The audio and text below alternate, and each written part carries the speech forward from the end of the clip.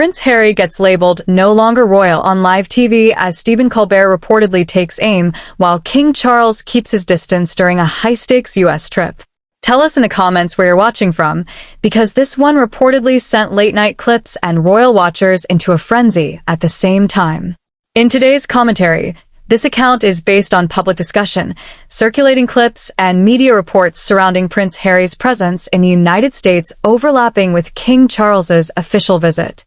The situation blends three volatile elements: royal protocol, media satire, and a growing narrative of distance between father and son. Prince Harry enters as the royal who stepped away from official duties but continues to speak openly in global forums. King Charles stands as the monarch balancing diplomacy, optics, and institutional control. Stephen Colbert represents the media voice that translates tension into sharp, audience-ready commentary. The moment that triggered the wave reportedly came during a late-night segment where Colbert referenced Harry's positioning within the royal structure. In a clip now widely shared, Colbert is said to have quipped, "If you're outside the system, are you still part of the title?" A simple line, but it landed like a verdict. But you haven't heard the craziest part. The joke didn't exist in isolation.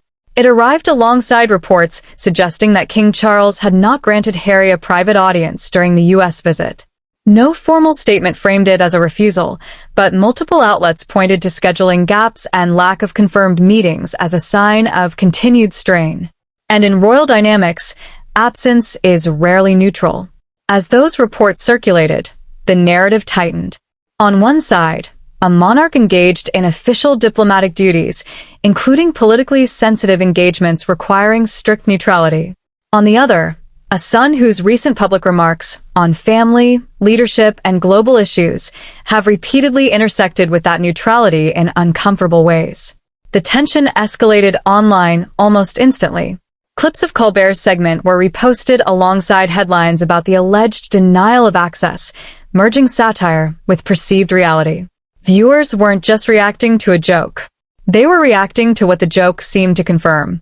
It felt less like comedy and more like commentary disguised as humor, like a courtroom where the verdict is delivered as a punchline.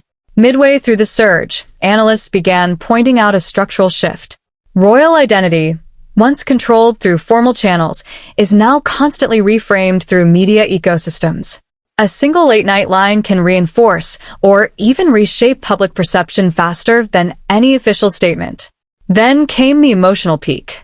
Supporters of Harry interpreted the situation as public distancing that borders on personal rejection, arguing that private family matters are being filtered through public optics.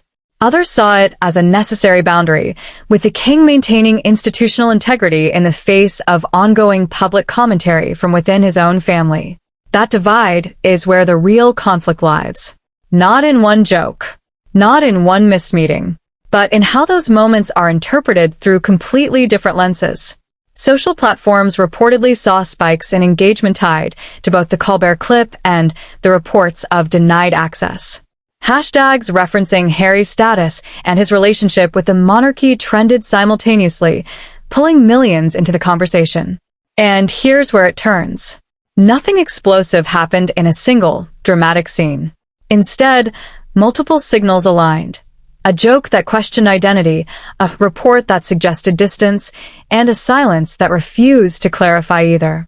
That combination created something more powerful than confirmation. It created belief. By the end of the news cycle, the structure was clear. King Charles continued his official duties without a visible meeting with Harry. Colbert's segment continued to circulate, analyzed frame by frame. And Harry's place within the royal narrative became even more uncertain in the public eye.